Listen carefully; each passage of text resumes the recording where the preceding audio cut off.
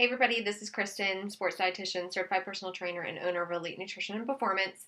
Last week I was talking to everybody about grocery shopping and how to make sure that your food is actually healthy and not buy the foods that the food manufacturers want you to believe are healthy but really aren't. So I'm here with you today to just give you 5 quick tips on things that you probably didn't know about your food.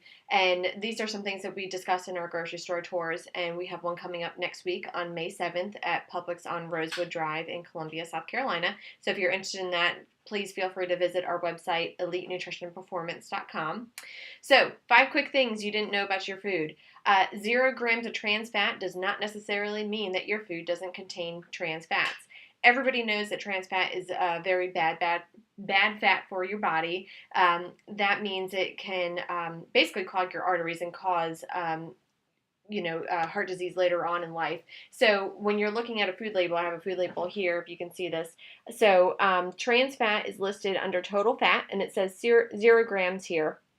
Now, if you go down to the ingredient list, see there's a lot of ingredients there, you may find hydrogenated oil or partially hydrogenated oil, and that is a trans fat.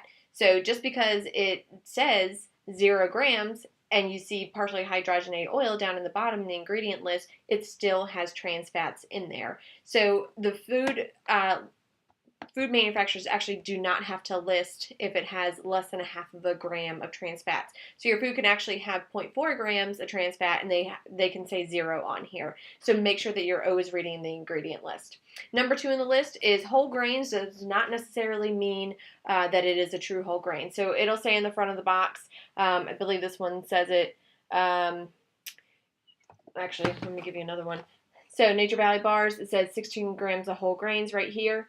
Now this one, if you look at the ingredient list, it does say whole grain oats as the first ingredient. So that's good. That is what you actually want to look for. So just because it says it on the front does not necessarily mean that it is a whole grain. And you'll find this a lot with whole wheat breads and that sort of thing. It'll say made with whole grains. Like Nature's Own honey wheat bread is a really good example. It says, wheat bread. You would think that it's whole wheat, and it's really not if you look at the ingredient list. The first ingredient must say whole wheat or whole grain. Okay, number 3, sugar comes in many, many forms. We're looking at the ingredient list down here.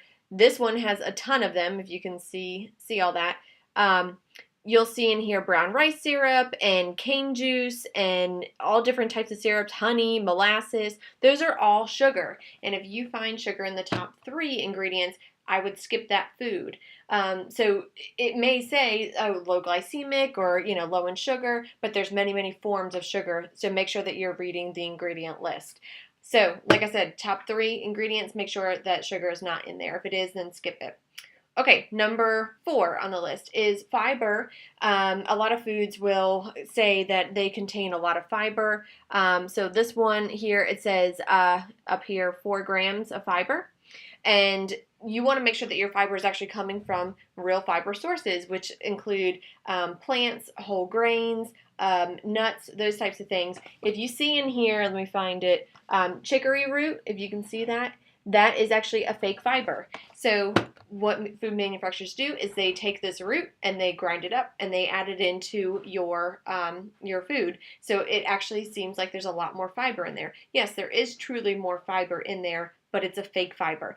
And the research does not necessarily show that this fiber is as great as naturally occurring fiber. It's not 100% decided yet, so my recommendation is to actually go with the real thing. Okay, number 5 on the list is everybody, has used agave syrup. It's the latest craze now, this and that. Agave syrup actually has just as much of a fructose content as high fructose corn syrup. Surprise, you probably didn't realize that. So agave syrup is really not that great. It is not the next superfood. It is equivalent to high fructose corn syrup, which is, we all know, very bad for us. So these are your top 5 tips for foods or things you didn't know about your food. Hopefully you can join us on our next grocery store tour and learn many, many more. Visit our website, elitenutritionandperformance.com. Thank you.